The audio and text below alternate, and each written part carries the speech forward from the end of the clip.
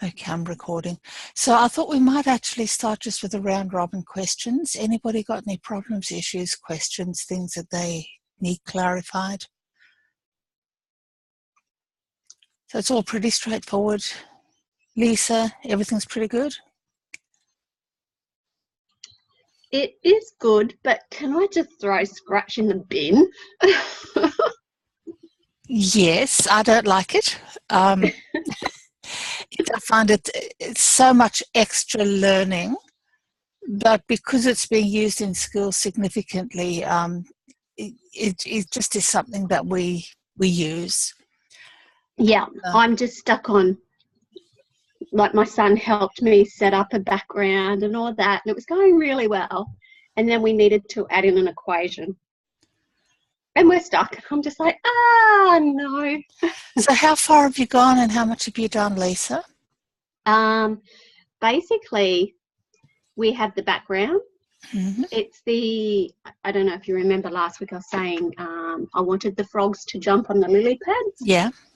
And decided that spelling was just too hard. Yeah.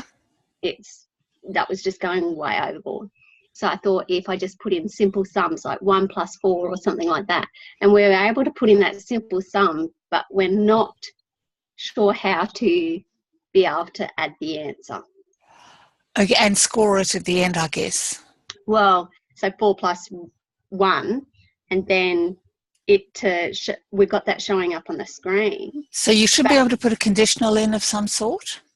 Yeah. Saying if you set up a new data box. Yeah. And if the box contains 4, then display a message.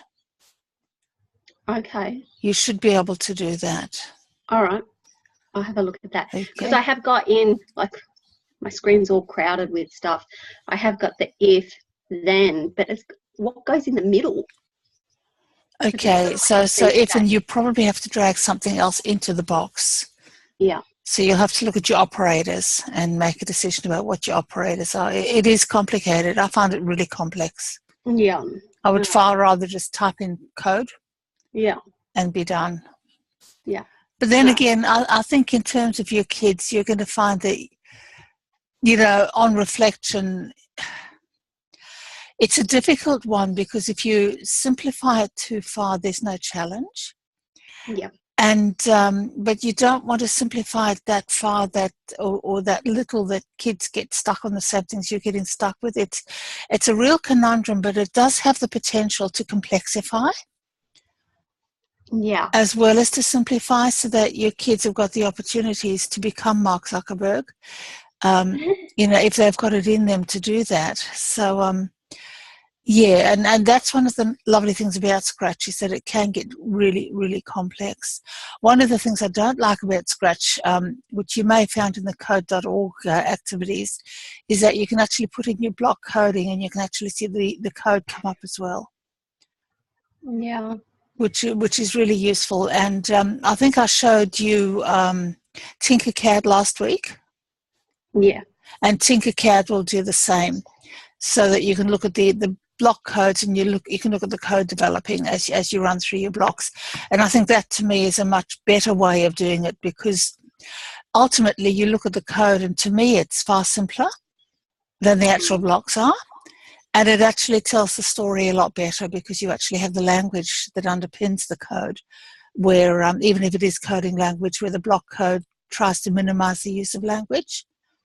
Yeah. So, I'm actually thinking, my idea was, I've always wanted a frog program that jumps on the lily pads if they get something right. I just wanted it for something for the preppies that I'm with at the moment, just a bit of fun with their learning. Yeah. And I thought this was a perfect opportunity to design that program. Mm-hmm. But now I'm thinking it's just too hard from it. Maybe I just need to do something. And yet the kids get really good at it. I think they reflect on it ultimately and talk about the sort of the KISS principle. And that, I think, is the whole underpinnings of coding, is that it needs to be kept simple. Yeah. So yeah. So I'll show you when it opens. There, so I'm going to share my screen. Okay, so if you see in the middle over here, this is an Arduino interface. I'm sorry about the other page. I'll get rid of that so you can see it. But this is what I'm working on with Year 7s. So we're actually working with coding language. And to me, it's so much more simple than the actual block coding. And they get a sense of, we've got pin 0, so, we're connecting, that's your connection to number 0. And basically, they get the sense that everything has a void setup and a void loop.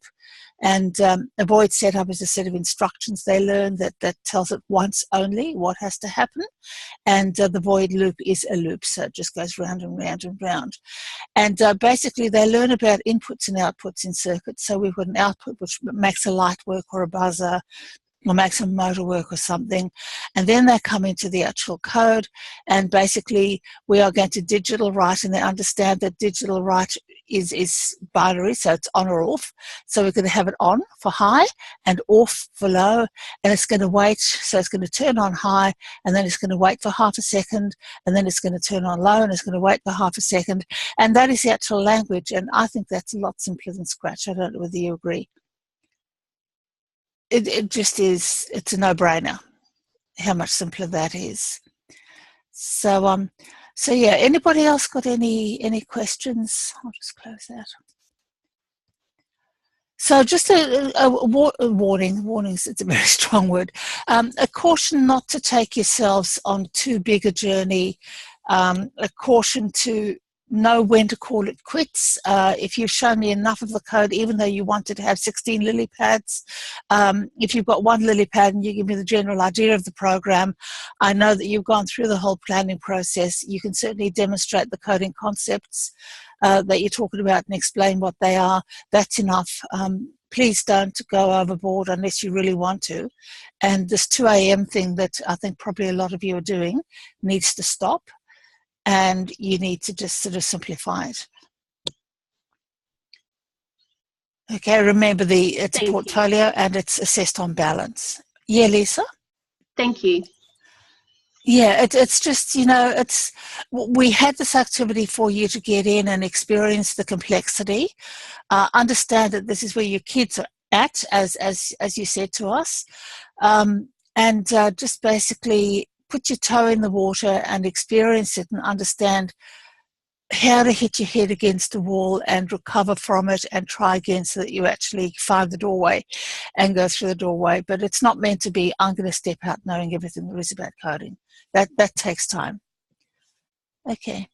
So basically, I wanted to talk this week a little bit about your own professional learning. And as of the end of this week, the formality of tutorials will be gone and it'll simply be a Q&A. So next week is week 11. It's a week before your assignment's due. I assume that the questions are quite directed towards the assignment. So I'll let you tell me where you want the session to go. But basically, just to finish off, I think there's some really important things to think about in terms of your professional learning and your professional growth and where you're going to move in the future. So I thought I'd share with you a couple of my favorite tools and the tools also that teachers are also using out there in the community, and ways to actually start connecting with the community, start setting up your networks, as well as start setting up your own portfolio of ideas Sorry, to Wendy. play with. Okay? Wendy? Yeah? You're not recording. I should be.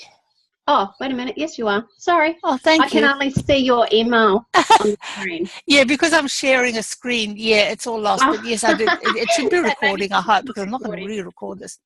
So I thought I'd start with Twitter, because Twitter's got a very iffy reputation in many circles, and it's really poorly deserved, because Twitter is an absolutely amazing professional development platform.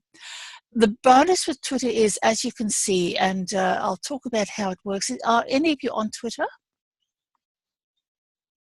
Okay, so you have to sign up for an account, and Twitter started off as being something that was sort of something social media-ish and Facebook-ish, and it's being corrupted and converted to something that, so Twitter was, I suppose, the Snapchat of the past, but now it really is very much a professional tool. Of course, there are threads like you can follow My Kitchen Rules, you can follow House Rules, whatever, as you wish. But the actual use of Twitter for politics and for news and media and for connections in education and other professional fields is second to none. What I love about Twitter is, and I see, you can see I'm following 81 people. So there are people and organizations that I want to hear from if they come up with ideas, because to me they're really very much worthwhile. And you'll set up your own circles as you go, and you'll find the people that you want to follow as you go. So for instance, Matt Bauer works at Macquarie University, and he is very much into online learning, started off in EdTech and is sort of shifting across into online learning, and did a lot of work on video for learning and things like that. And he's a very interesting person to follow because he finds resources and he shares them. So here he is over there, is Matt Bauer, bless your cotton picking heart. And he comes up with a very brief summary. So it means I don't have to wade through pages of information. It's a digest. And I can see a link if I'm interested in going with it. And if I am interested, I just favorite it and I go and find it later. So it's really easy to keep up with new ideas. You do get the odd humbug. So Dean Shareski, you follow him because he's a futures person, and it's good to keep in touch with what people sort of do in futures. Linda Pilkington's a teacher down on the Sunshine Coast, and sometimes comes up with really useful things that are grounded in schools, but very often they come up with something personal and you just scroll through that and get over it because, you know, that's what it is. So I have a personal Twitter hashtag, and I've got my personal Twitter and my work identity. So this is my work. The people like Bob Bartley, he's also a Queensland teacher, but he works in the Digitech area, and okay, so he's got something for sale. That's unusual. I don't often see that. But then Terry Anderson is one of the gurus in online learning, and I really do like to follow where his ideas are going, because his ideas led online learning for so long. Obviously, as an online teacher, I keep in touch with what everybody else is doing. So as I scroll through, I haven't been very far at all. I do have a really nice little one over here on adaptive change and working on openness and innovation, visualization, things like that. That might be very useful for my course next year. For this particular course, I might favorite that and come back and have a look at that at some stage. So generally, I wake up in the morning, I run through the tweets, I find things that are of use. There is a Maker Ed conference coming up, and you will also get tweets coming out of that conference as it starts running. There's a Mississippi Makers meeting, and obviously I'm interested in makerspaces. Patria Redmond works at USQ, and there is a science event coming up on May the 14th to 16th. I might be interested in going to that. I wouldn't have known if I didn't follow her. Obviously, she's got people that she follows as well. So that's the way Twitter works, and it gives you, as I go, these are all the people I'm following. It just gives you a huge packet of professional ideas depending on who you follow and what the hashtags are you follow. So one of the things that is really useful to do once you've joined Twitter, Gary Stager is probably one of the starters of Makerspaces. Yeah, and the worst book of the 21st century, that's lovely. But basically, yeah, there are plenty of tutorials on how to work with Twitter, but basically you've got hashtags, and hashtags basically are ways of following topics, and you've got @ and the name, and that's the way that you actually follow people. So you can follow people and topics. Topics obviously give you a lot more. So let's go to online learning hashtag. And anybody who's used that hashtag, then you'll come up with new people that you might be interested in, and there's all sorts of information on online learning. So you can see how really, really useful it is to actually play around with Twitter. So that's the first one. The second thing that's really useful, and think about it, CQU is on Twitter, Education Queensland is on Twitter, Catholic Ed is on Twitter, Independent Schools is on Twitter, all of the organisations that you're going to be working with are on Twitter. If there is an opening for a job, or if there's a round of interviews, or there's an initiative you want to join in, you'll find out about it on Twitter, and you'll find out about it quickly. So that's my morning as entertainment. I get up, have my coffee, and the first thing I do is read any new tweets that have come through, and bookmark some for later exploration when I've got time.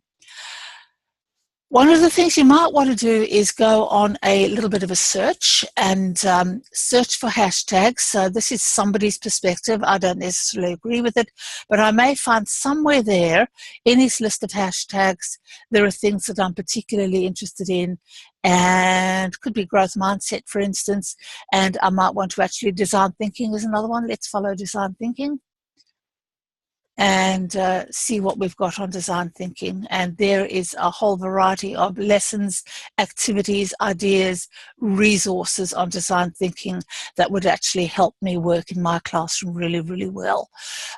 So that's the way Twitter works. And once you find the people that you like and you follow them, then you start going through the people that they follow, all the people are following them, and you start refining, and finding more and more people, because it's 3 steps removed really, and it's that network effect as you pick up people. And of course, as soon as you find people are not worth their while, you drop them and you just cull, because you don't want to follow too many people.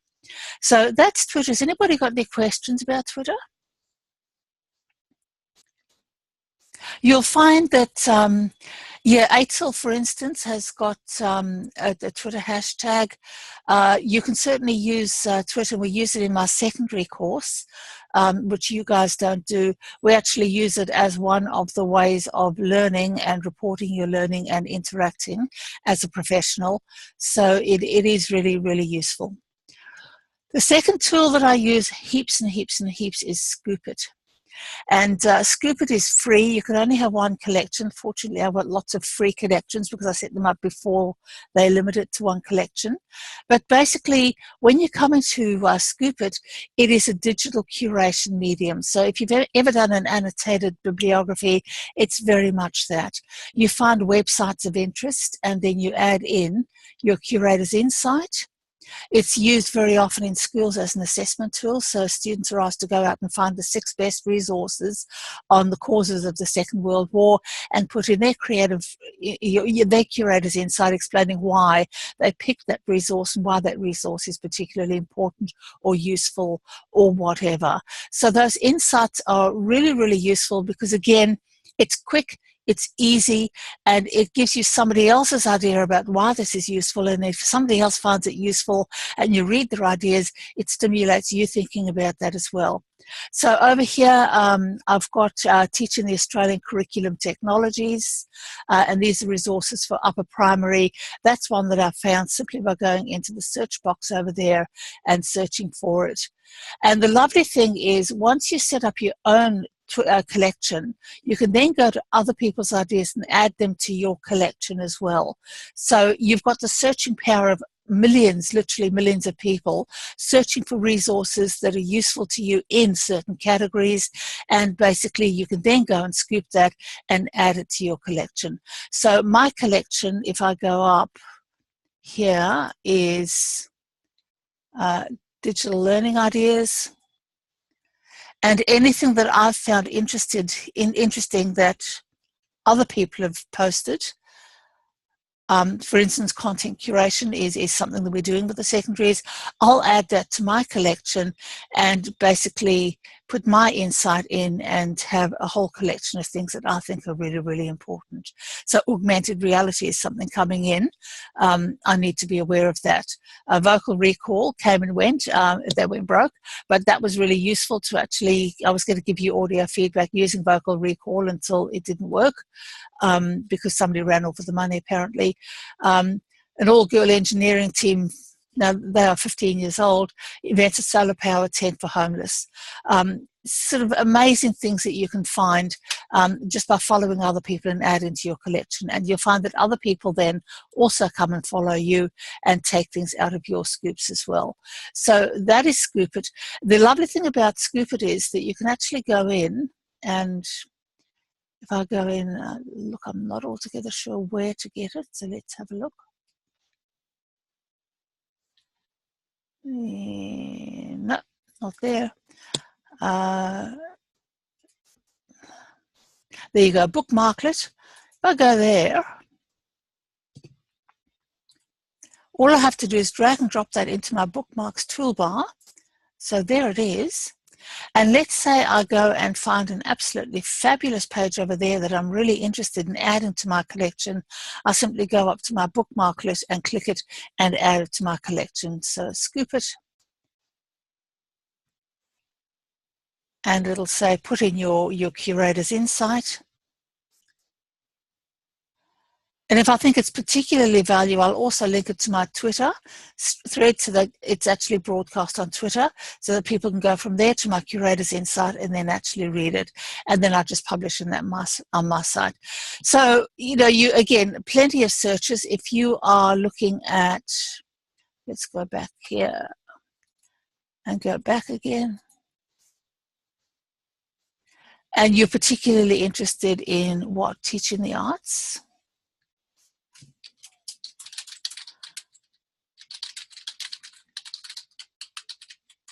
Let's see what we've got for the arts in early childhood.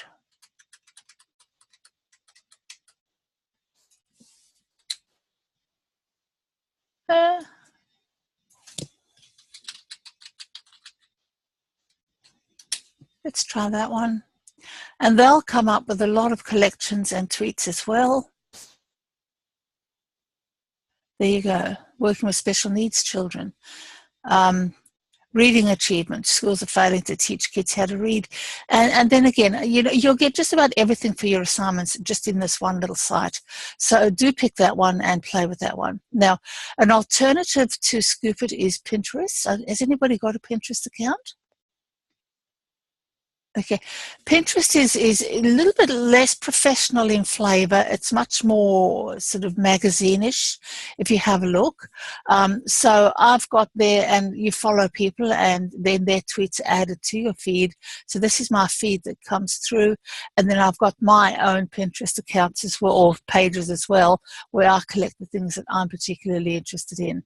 It's a little bit clunkier, I think, than Scoop.it, but then a lot of people actually prefer Pinterest because it is much more social media, family, hobby oriented. So for instance, here's one on making dolls, houses, and miniatures. A lot of ads pop up because they'll follow what you're looking at and bring up ads.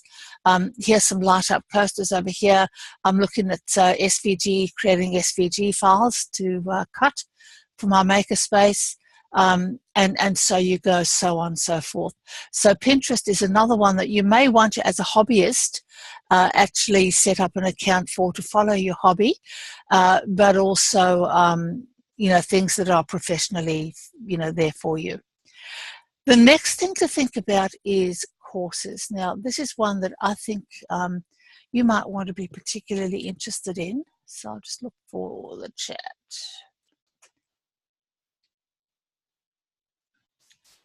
There it is, and I'll just,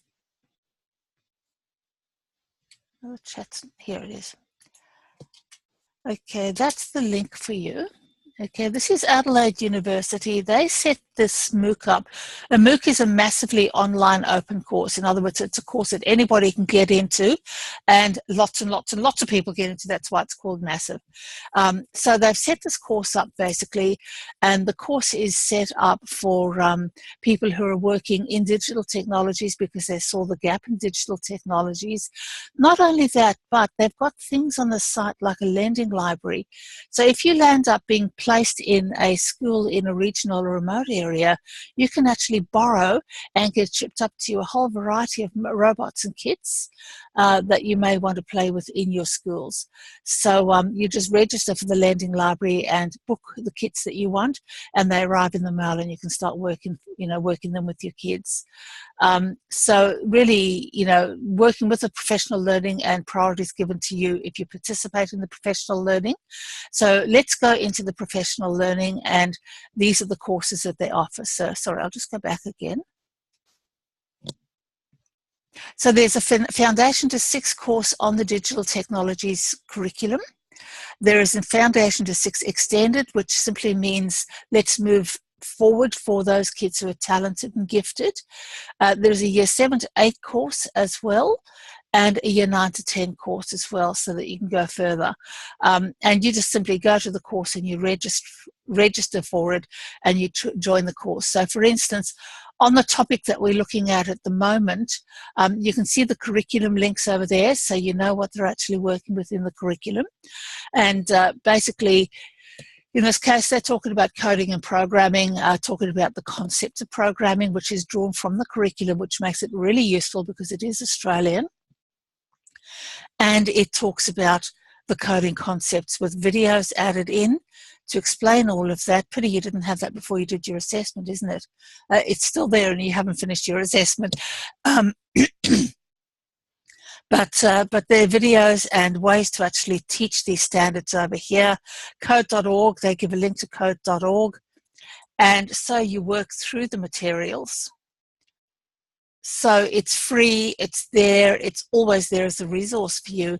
And they actually add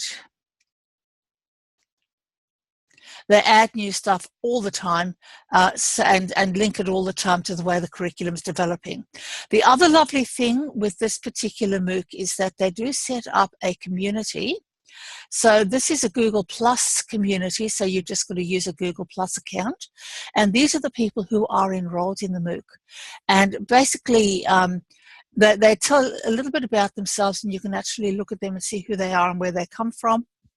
But you might actually post in this little area and say, hey, I'm Aggie, I'm in Bundaberg, I am battling to engage with such and such. Is there anybody in the region who'd like to meet for a cup of coffee and have a chat about this? And it's amazing how you set up your local networks based on this, because there are thousands of people in this particular forum.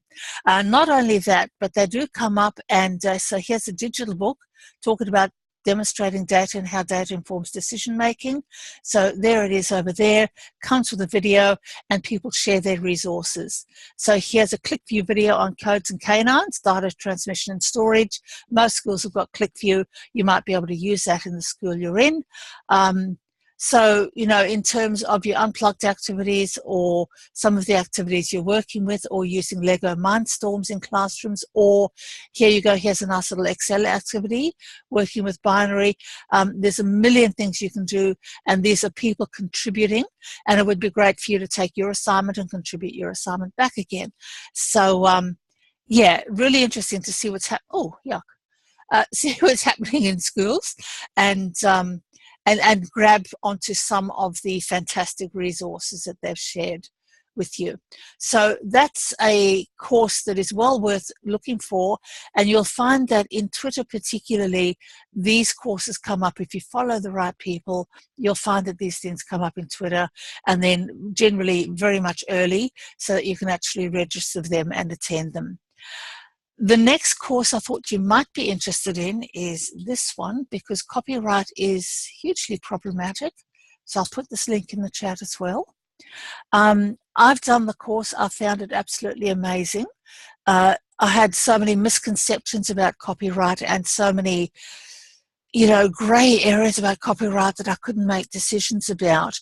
And doing this course, it's copyright for educators. It's an Australian copyright course, remembering that our copyright law is different to copyright law overseas. This one is particularly meant for Australian. It runs for a number of weeks. So it talks about copyright basics, stat licenses, exceptions for education such as fair practice and fair use, open education resources, and gives you a whole heap of open education materials, and talks about where the law is going and things that are in the pipeline in terms of copyright law, so that you can keep yourself on top. So basically there is a copyright for educators link there, and there's a course coming up in May.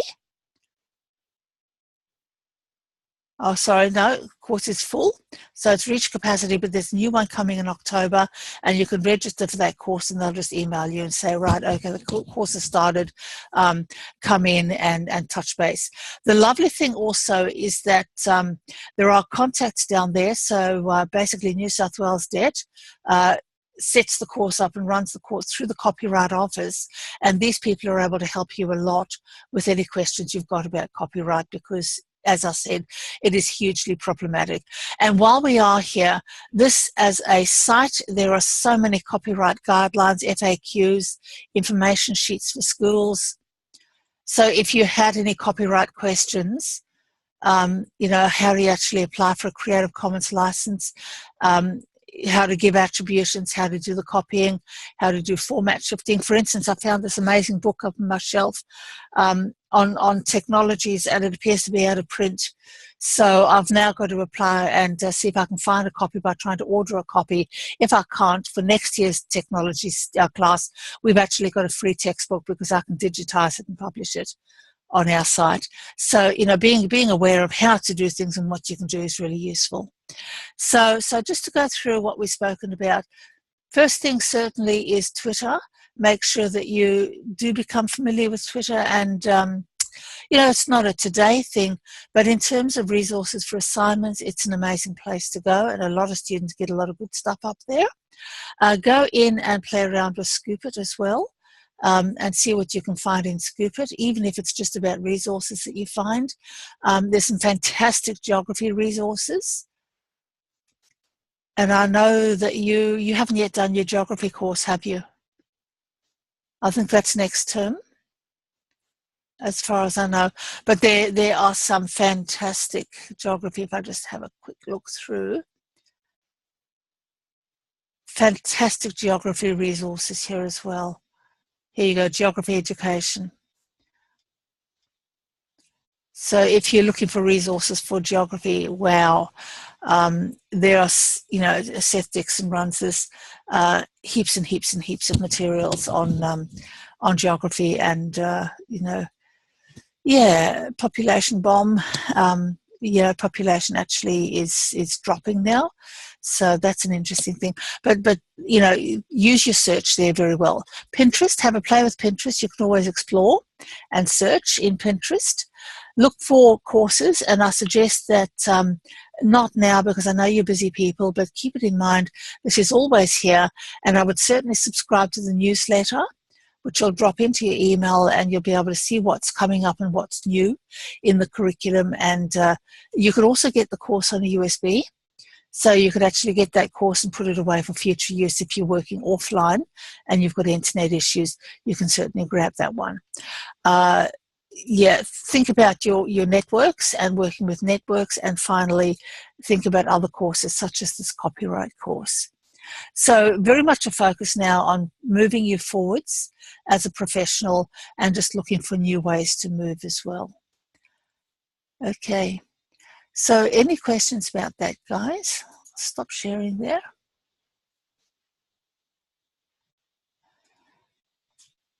Okay, I know it's a bit overwhelming, but certainly, the other thing is Scoodle. Are you familiar with Scoodle? Okay, yes, so I did put, sorry? We use it quite often through the curriculum. Great. Okay, so Scoodle's there, and you set your log on up, and you set your yeah, and you can browse it. You can register for Scoodle, and basically we have a special university registration. But you can search by resource, you can search by curriculum. I cannot understand why you guys are creating your own unit plans when you can hop onto Scoodle and find a unit plan.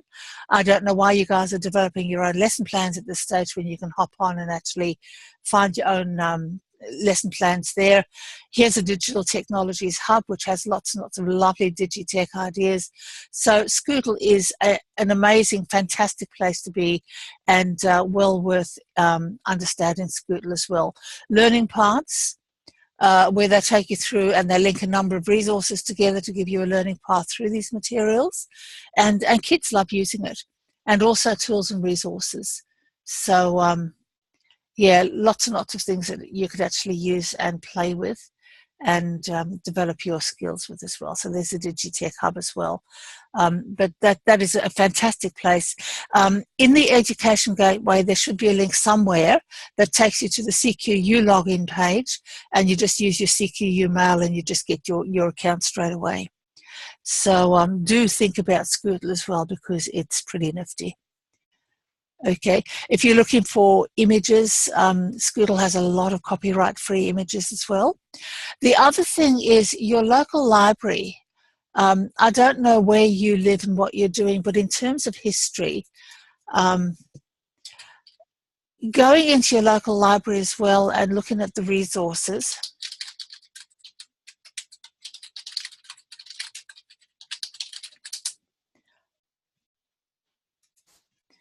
So picture Bundaberg.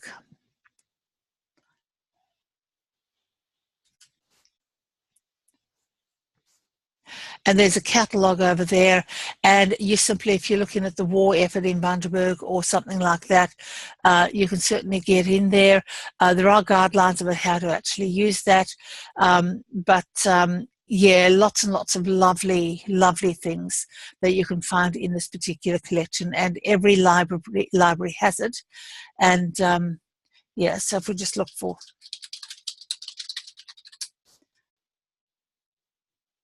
the collection, that should give you some categories. So, you know, the history. So I would compare this, I would work with this, and I would actually go into Google Maps. I don't know whether you've explored making your own personalized maps in Google, have you? Yes, Not no? yet. Not yet. Okay. But so it looks basically, great. Really good. You might take your kids into Google Maps, and let's say we're going for a walk through the centre of town, okay? And we'll go satellite view. You just need to screen share, Wendy. Shut up, I knew that. Thank you. Okay, so here we are in Google Maps. Basically, I've gone into, this is the Bundaberg Regional Library. Sorry, you never got to see that. But basically, these are all the resources you've got. So for instance, I might be looking at Bus Park and saying, okay, let's go in and look at the history of Bus Park and look at Bus Park now. It could be an assignment that you give your kids to pick 6 landmarks, 2 natural, 2 built environment landmarks, and 2 that have an Aboriginal Torres Strait Islander connection, and justify those landmarks and why they should be retained when the town is being developed. You can actually run your projects digitally, and you can get into the library and have a look at the history and where these landmarks come from. And then when you get into Google Maps, here I am in,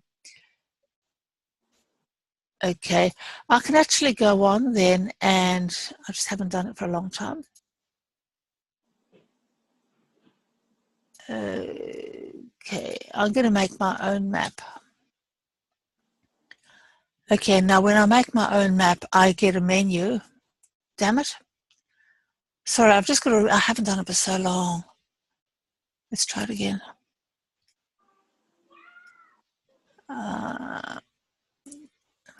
So you can go into your map now and yeah, no, that's not what I want. Look, I'm not going to waste your time now because it's all changed the interface, but you can basically go in and set your own landmarks up in Google Maps, and it's really annoying. No?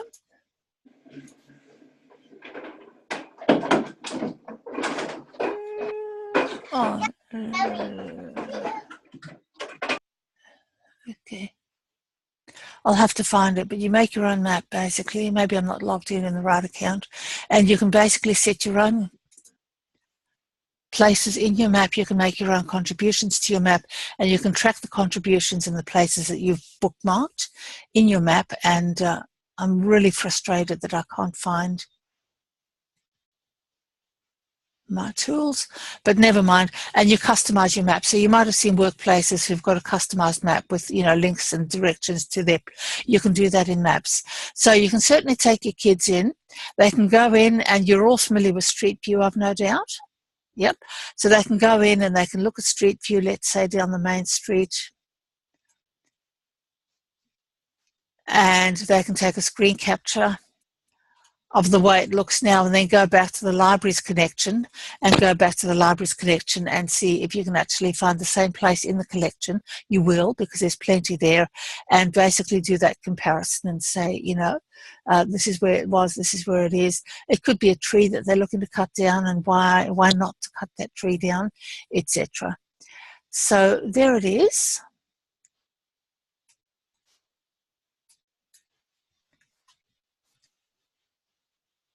Okay, damn, I cannot. There it is. So I've put my little landmark there. Okay, so working with Google Maps, working with your library resources as well, very useful. And the final thing I will point you towards is the State Library and the National Library. So if you've got resources that you want, certainly go to the State and National Library. Go to the museum as well, the Brisbane Museum. I know you can certainly go to the War Memorial. You can apply, if you're looking at, let's say, Anzac Day, you can actually apply to get a box of relics sent up to your classroom. So you might get something from the trenches, and it would have maybe a stack hat and a coat, and they're damned heavy, and a whole heap of artefacts that are taken from the war that they send around to schools for kids who can't get near the War Memorial. So look for things. I know the library in Brisbane, the museum will send you out boxes of fossils. So if you wanted to play with fossils, it'll send you a collection of fossils. If you wanted to play with rock types, it'll send you a lot of rocks as well. So look on the web and work with the web and see if you can actually make these resources live for you, so that you don't feel quite as isolated as many of you are likely to feel, not just in Queensland, but across the other states that you come from as well. Use the resources you've got. That's all I wanted to talk to you about, guys. Just talking about, how to find resources, and basically how to bookmark and keep those resources so that you can find them again in the future. Okay, any questions, any comments? Has anybody got anything favourite that they want to share?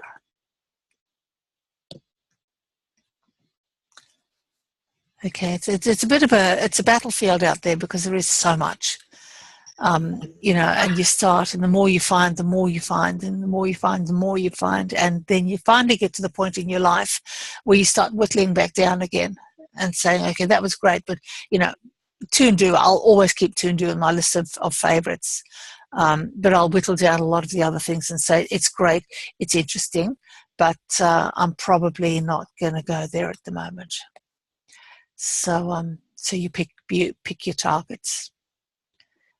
Okay. I'm going to ask a question, please, Wendy. Yeah. Yeah, Loretta? I've played around with Scratch and I absolutely love it. Mm-hmm. I've got addicted, so I've created some games. I want you to know how can it be in any forum? For argument's sake, can I do... because I think earlier Lisa was talking about the frog, and obviously it's a mathematical numeracy game. Yeah. Is there any criteria for this in terms of that? Sorry, I haven't read my criteria. No, that can be about anything. Okay. About anything at all. But it's the programming concepts that we're talking about. Okay. And this is a lovely way to work across your curriculum, because, things like digital storytelling, it's made for that, isn't it? Yeah. So, and you'll find a lot of example stories. Things like, classification in science. It's a fabulous way to actually work on classifying and understanding. Yes. Setting up keys and things like that. So, it doesn't matter. No, that's your vehicle. Okay, because I have used one that's mathematical concepts in addition and that. So, but then another one was I was taking the dance element and doing creative dance. Yeah. So I just wanted to check. Is there any particular line that we need to follow? Or is it? No, the only line is, Loretta, not to get hung up on it until you're on holiday. I've got addicted now. No, you can't do that. People start hating me. You find the one thing that you love playing with, and then you just can't leave it. Yes. Okay. So, that's fine. That's fine. Thanks, Wendy. That's awesome. Okay, now somebody else had a question. Yes. The program that I had created, which was, Abby, can you just get a bit closer to your microphone? Just bend forward a bit. It's just a bit soft. okay. I'm just asking because I had created a program where it jumped up and down, and I thought it was useless because when I was going to do a reflection, I couldn't find anything to talk about. So I didn't create another one. I looked at, there is an old computer. I think it's the first old computer game. It's called the Pong. Yeah. And I created something similar, but different in the sense that mine has 2 posts, which I called the goals, rather than something in the middle. It sounds to me like your coding concepts are in there. You've just got to look for them. So where you've got something happening, for instance, your movement, if something's moving, yes, you've probably got it moving forever. That's a loop. Okay, as soon as you give it an instruction and say do it again and again and again. I put instruction where it has to do it. Yeah. And then the other thing is, very common in most of the games that you're coding is if it touches the edge of the screen, you don't want it just to keep traveling off the screen. So you tell it to turn around and come back on the screen again or bounce back. I would imagine probably, or if the ball hits the racket, if you've got a racket game, it bounces. Yeah, mine goes, as the game progresses, it goes faster and faster. Yeah, that's okay. Well, then you've got enough there. It's just a matter of recognizing where it is in the code. Okay. Okay. So do I have to explain every code that I have created? I need a storyboard because I think that's the process your kids will follow. For instance, you don't want to sort of say to your kids, I will just go there and just drag stuff onto the stage and that's fine. You want them to actually have a plan and follow that plan. So storyboard is really quite important in any programming, that you have an idea what you want to do. It's probably an abstraction. So it's, it's not all the details, it's just the general, this is where it starts and these are the main events that I want to actually program. The details will come in later. Okay. So definitely show me a storyboard and what this game was going to be all about. I would say if things didn't work the way you wanted it to work, I think giving me examples of debugging when you went in and it didn't work and you had to work out why it didn't work. I've just spent the whole of today debugging a 7-line program that I couldn't work out. And you know what it was? It was working fine. It was with a light sensor. And because I'm in a room with vertical blinds, I couldn't work out why the light was flickering all the time, and it didn't put 2 and 2 together, that the blinds were actually shifting in the wind, and it was actually turning it on and off because the light was coming through and then disappearing with the blinds moving, all day. It took me to discover I had blinds in my room. But, that's the sort of thing that programmers do. They find something that doesn't work for some strange reason, and they've got to go back and work out why it's not working. So I think that's something you really, put in as well, because I know you've had a few sort of false starts. And then apart from that, your program and the programming concepts. I don't want it linked to curriculum. That's too hard. All I want is for you to step out of this final task going, I can code, I can program, and I know where to go now and how to develop myself further. If that's all you do, that is plenty. Okay. So do I have to say I went into events and I created this, I went into control, I did this? Do I have to mention all that? Well, what you did is in your code. If you've used Scratch, it's in your code. Your code will tell your story, and I would probably just annotate that code. So I'd take a screen capture, and I'd probably put it in PowerPoint or somewhere and just annotate it. Oh, okay. Saying this is what this code means, this is what this code means, that's what that code means, and just use annotations. Okay, right. But ultimately, your code tells your story. It should tell your story. Yeah, okay. Yeah. Okay. Yeah, thanks. Wendy, it's Jackie. Hey, Jackie, how are you? I'm good, thanks. So Loretta sort of asked the question I think that I was going to ask, but I just want to double check. So if I did like a little social story for my kindy kids and had like a few little things moving across the screen and things, that would still be acceptable? Or That's fine. That's fine. As long as you can go through, the key things, iteration, things happening again, looping, those key coding concepts. And if you have something missing in your code, so let's say you don't have a loop in your code, at least make a comment there saying, this code doesn't represent a loop, but if I wanted to put a loop in, this is what this code would look like with a loop,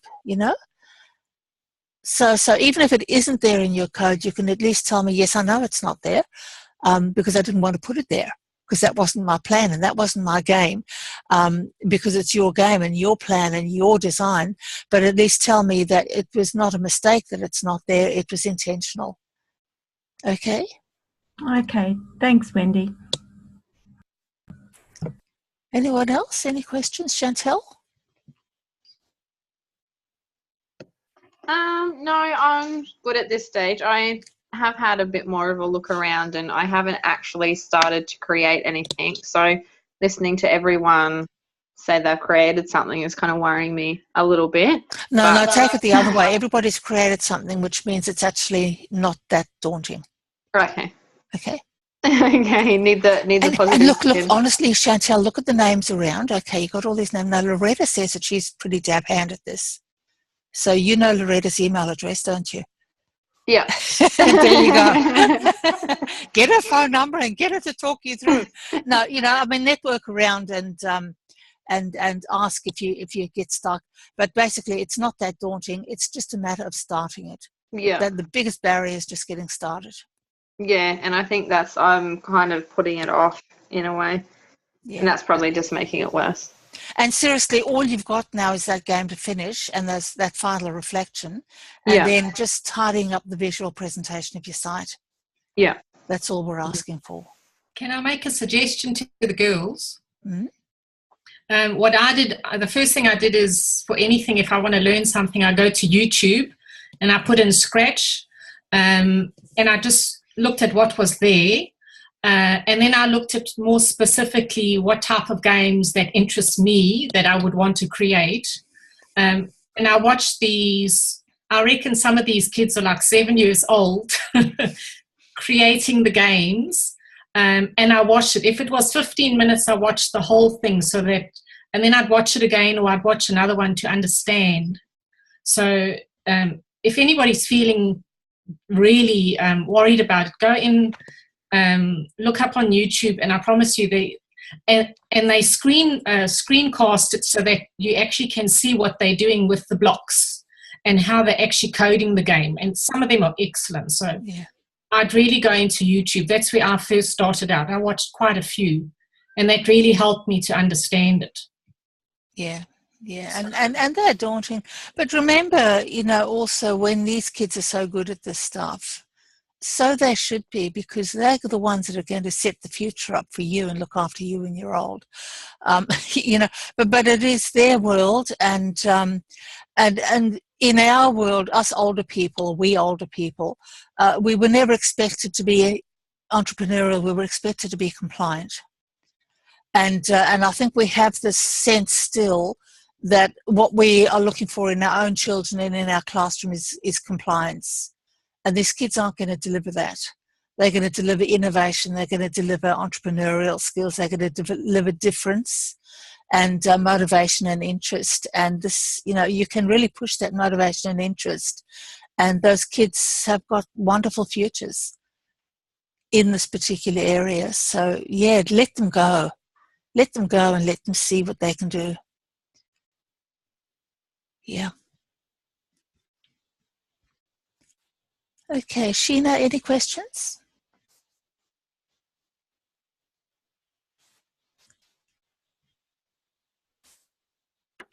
No, not at the moment. Thank you, Wendy. I'm catching up as I've got stuck on another assignment. So, being honest, I am catching up, going back through the lectures and finding out what I need to put in. I have started my assessment, and I have got the Moodle ready. Oh, not the Moodle, the Weebly ready to go. And I've done part 1, Artifact 1, and started on number 2. So yeah, but Yeah. I am getting there, and yeah. And it's really, it's not onerous. It's more a mindset, this task, than lots and lots of things to do. So it should be straightforward. I'm feeling that I was feeling a little bit overwhelmed looking at it all, but now that I've broken it down, I'm feeling a bit better. Yeah. So you've decomposed it. Yes, I have. And you've abstracted. I'm getting there. It's not so overwhelming now. Good. I can't, I was feeling that the whole digital side of it was out of my reach. But no, I can do it now. You know, we had a big meeting yesterday in a makerspace, and this man was saying teachers come in and they actually walk past the 3D printer like this going, never going to go near that in my lives. I think the label, the digital label is just, and it just gets your emotions going when it's pretty okay. It's a lot of fun. I even wrote in the start of my lecture that at the start of my assignment that the whole digital technologies to me when I was going through school was a different language. I had no idea what it was, and it didn't interest me. So that's probably something that's always had a block for me. And of course, for people like me, there weren't any digital technology, so that was it. There was no computer, no internet. I grew up in a country like Loretta without any TV as well. For us older South Africans, there was nothing. So, so it is a big leap. But, I think it's making that first leap that takes you in, and then you know that you're going to really make a difference with your kids instead of just trying to muddle through and, not engage. So I'm proud of you guys. It is hard, but that first move, that's what it is. Yeah. Okay. Well, that's about it, guys. So you head in. It's 5:57, and I know you've got another tute. I'll just stop the